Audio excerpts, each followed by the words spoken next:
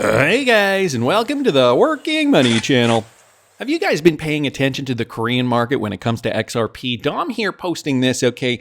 XRP to the KRW, the Korean won, on Upbit is a market most traders have never looked at, even with it being second largest by volume for XRP specifically. So not for crypto, but XRP, guys. Specifically, the Korean market has notoriously been very popular with XRP traders, or rather, Koreans are very excited about XRP trading. XRP. I pulled the last 7 days of tick level trade data, so we can now visualize how Korean flows shaped this 7-day move. So Upbit, guys, a big Korean exchange, over 6 billion XRP are available on that exchange. But since March 25th, over 160 million XRP have been net markets sold on Upbit. There hasn't been much relief at all, as shown by the chart. So volume delta chart proves a vast amount of selling occurred in the last week as XRP has tried hanging on to its 3-month range. You guys can see that down there.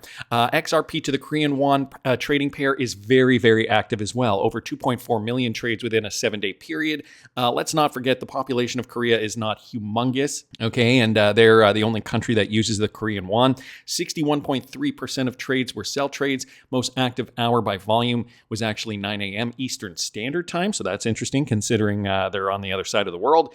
Over 2.5 billion USD in volume within a 7-day period, so there are some metrics there. Surprisingly, there were very little large trades within the 7-day period, though. 53% of all trades were less than 100 XRP, indicating high bot activity. Only 0.6% of all 2.4 million trades were over 10,000 XRP. So that's an interesting metric. Only 31 trades were over 100,000 XRP. This chart shows a great visualization of all buy and sell orders over 100,000 XRP as bubbles. The sell-off was kick-started with the largest single sell order across the entire week of 181,000. The largest buy order, though, came at a local low, 212,000 XRP. So you guys can see that there.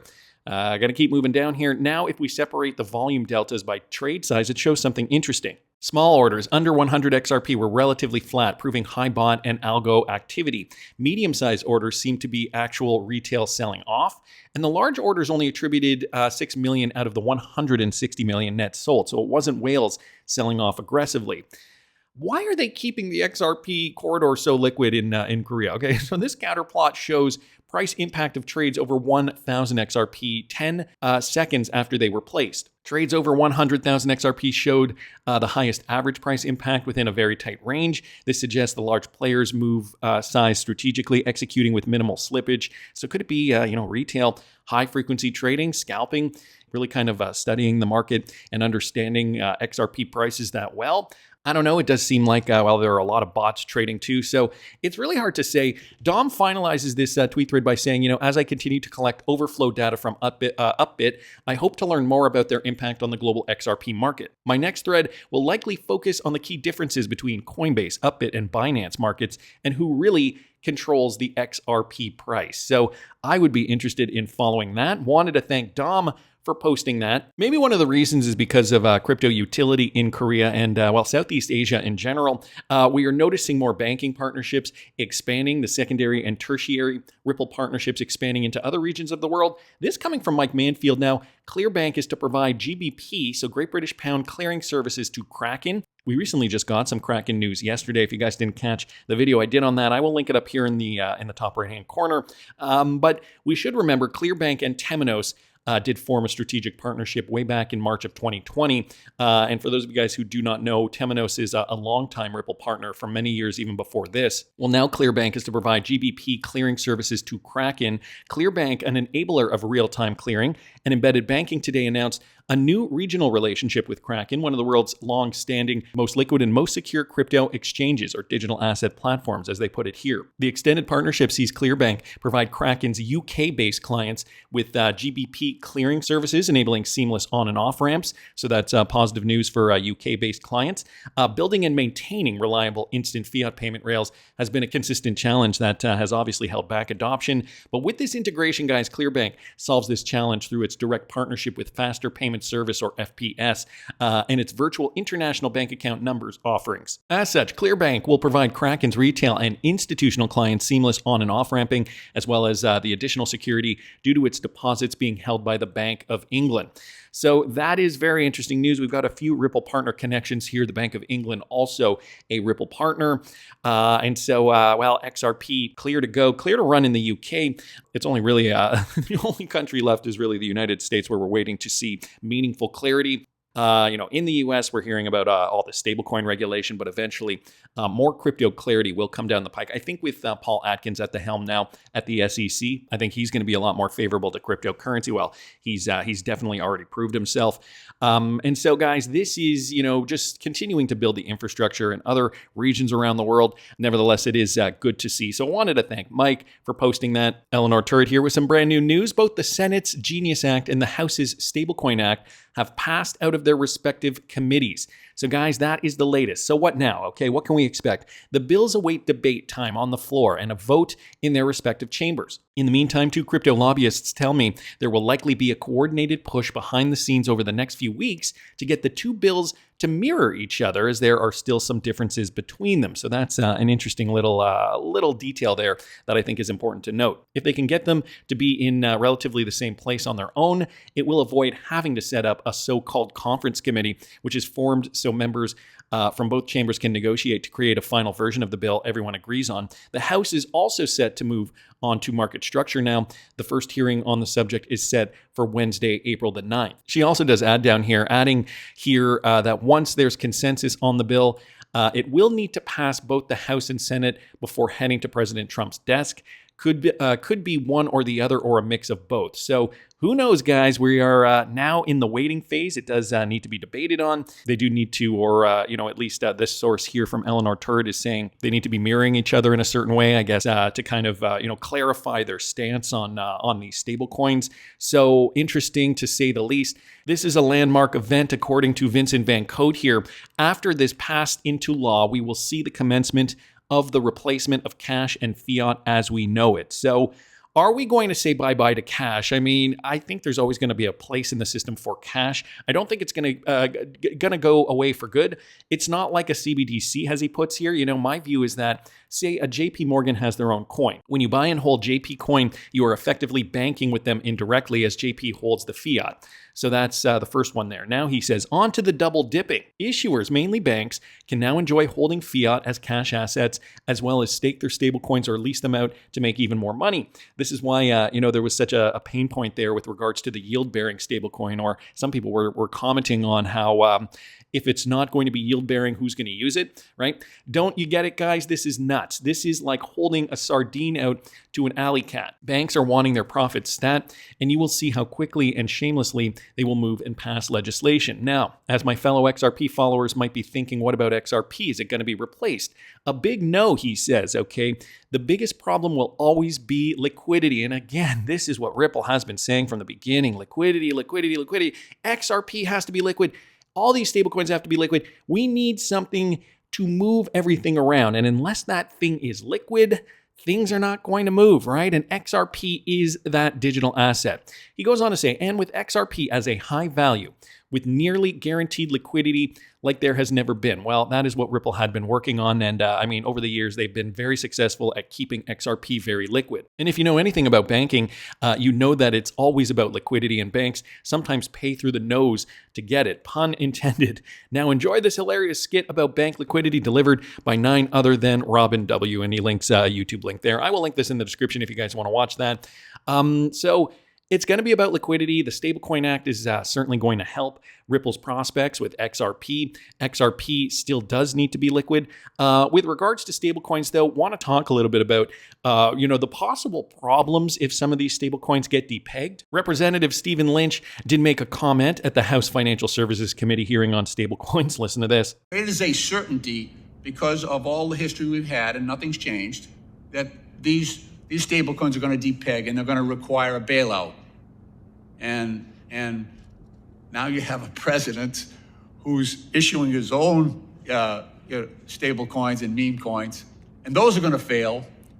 And you got members of Congress that have become the darlings of the crypto industry, and so the American taxpayer is going to be the ultimate loser here, because you know that members of Congress will vote for the bailout. So he's not even saying if it happens, when it happens, they're going to need a bailout, essentially. And you cannot trust that the stablecoins are going to depeg unless you have a stablecoin where the backing is solid. I'm assuming he's talking about stablecoins where the results of the audits look shady.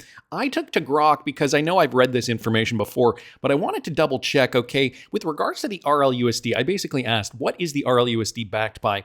RLUSD, or Ripple's USD, is a stablecoin issued by Ripple Labs designed to maintain a one-to-one peg with the US dollar. So that's what it's designed for, first and foremost. And I think Ripple has tweaked it in a way that it's going to be a secure stablecoin that maintains the peg. It is fully backed by a combination of US dollar deposits, short-term US government treasuries, and other cash equivalents.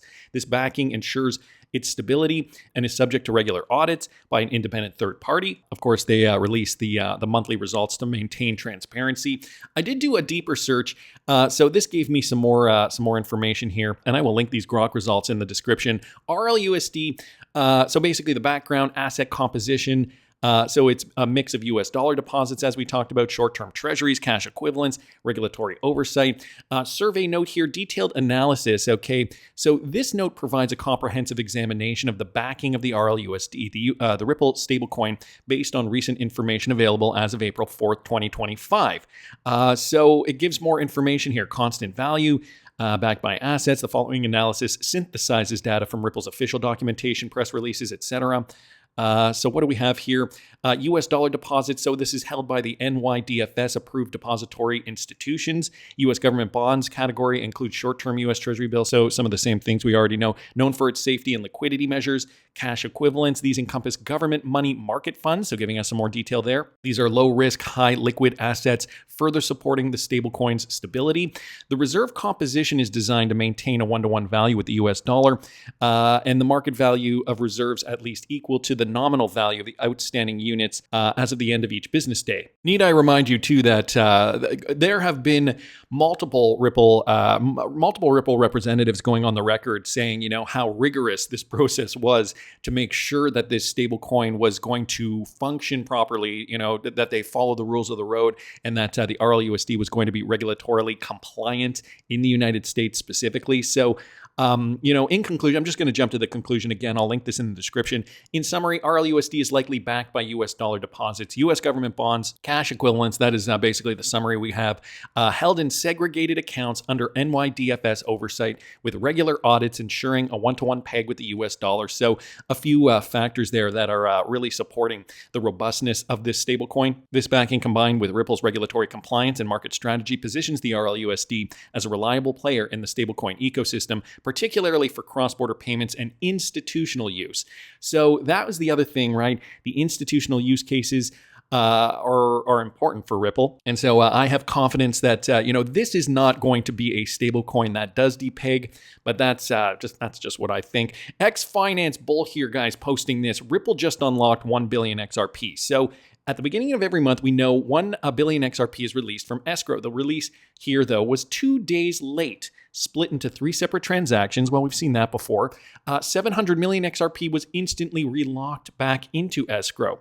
He's saying, okay, this isn't random. It looks like Ripple is adjusting strategy ahead of something big. Smart money's watching.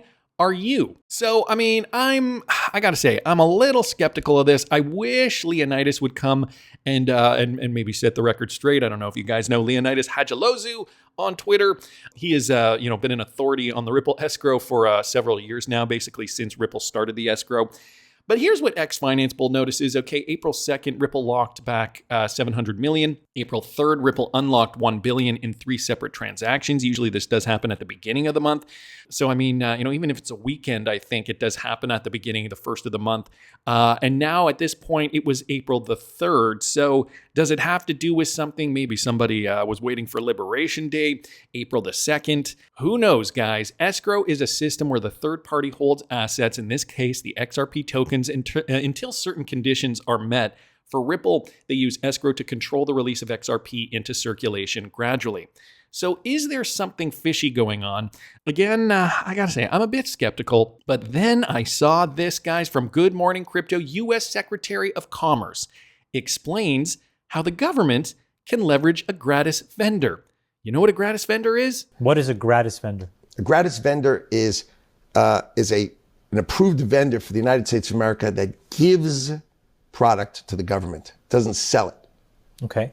So therefore, I don't have to go through the whole process of becoming a proper vendor because you're giving it to us. And then if you give it to Article 2, which is the president's stuff, then the president can accept it, right? Because it's give.